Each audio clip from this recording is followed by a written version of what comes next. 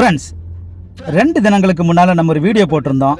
அந்த உத்தரப்பிரதேசில் பரேலியில் நடந்த அந்த சூறாவளி காட்டில் 110 பேருக்கு அதிகமாக இறந்ததும் அங்கே நடந்த அந்த சேதங்களையும் பற்றி அதில் ஒரு விஷயம் சொல்லியிருந்தோம்.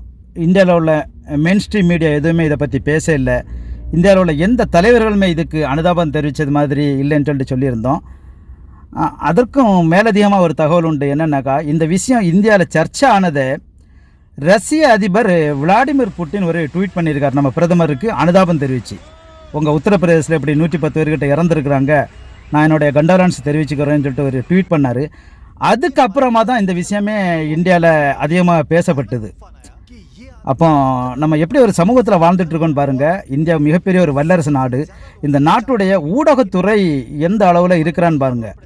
ஏதாவது நடிகர்கள் வாயிலிருந்து ஏதாவது ஒரு வார்த்தைகள் வந்தாலோ, நடிகைகள் ஏதாவது ஒரு ட்வீட் பண்ணாலோ மிகப்பெரிய ஒரு சர்ச்சையாக்கி அதற்காக வேண்டிட்டு ஒரு 2-3 நாள் மிகப்பெரிய சர்ச்சையே பண்ணுவாங்க நம்ம சேனல்ஸு. பட்டு இப்படி ஒரு மிகப்பெரிய சேதம் நம்ம நாட்டில் நடந்ததை பற்றி யாருமே பேசலை. இதை பற்றி வடநாட்டிலேருந்து நிறைய இன்ஃப்ளூயன்சர்ஸ் போட்டிருக்காங்க. இப்படி ரஷ்ய அதிபர் விளாடிமிர் புட்டின் ட்வீட் போட்ட பிறகு தான் இது இந்தியாவிலே வைரலாச்சுன்னு சொல்லி போட்டிருக்கிறாங்க.